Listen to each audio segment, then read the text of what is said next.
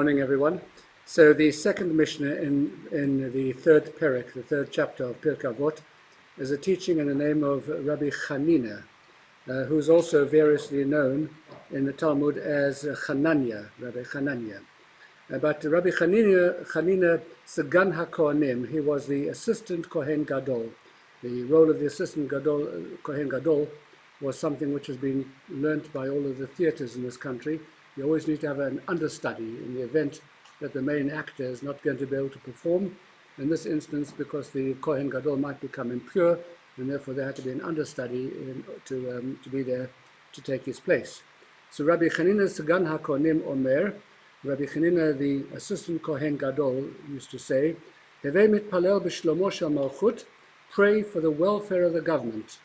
She'elamala mora'ah, if not for the fear of the government, Ish et re'ehu chayim bela'o.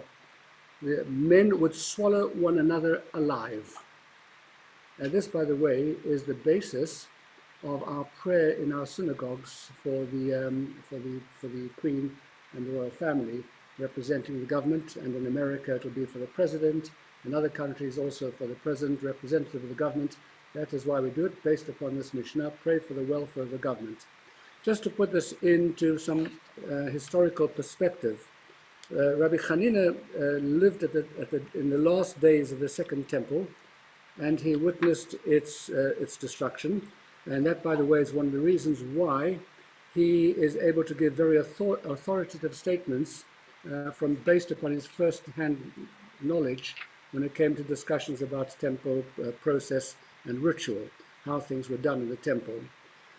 In other places, in the Midrash, this same Rabbi Chanina says, great is peace, for it ranks equal with the works of creation.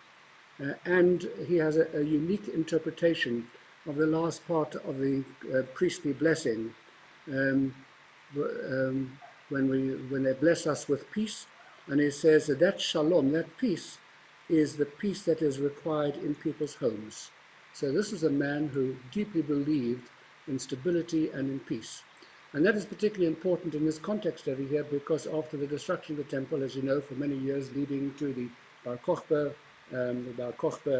revolt, etc., there was continued attempts to undermine, to fight against the Roman oppressors and to create havoc and to try and overturn the tables, etc. It was a very, very, very turbulent time.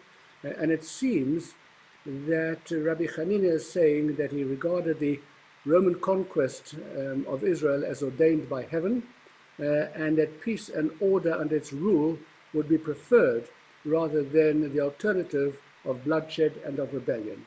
That seems to be where he was coming from. Whether this particular approach was successful or not is not 100% clear, because in the end it seems that Rabbi Chanina, for all of his desire for peace and for stability, unfortunately met a martyr's death at the hands of the Romans. Okay. So, but nevertheless, there's an important teaching over here, and it is one which is about the attitude towards the countries in which we live and the regimes under which we live, and we'll come back to explain more about this tomorrow and on the following days.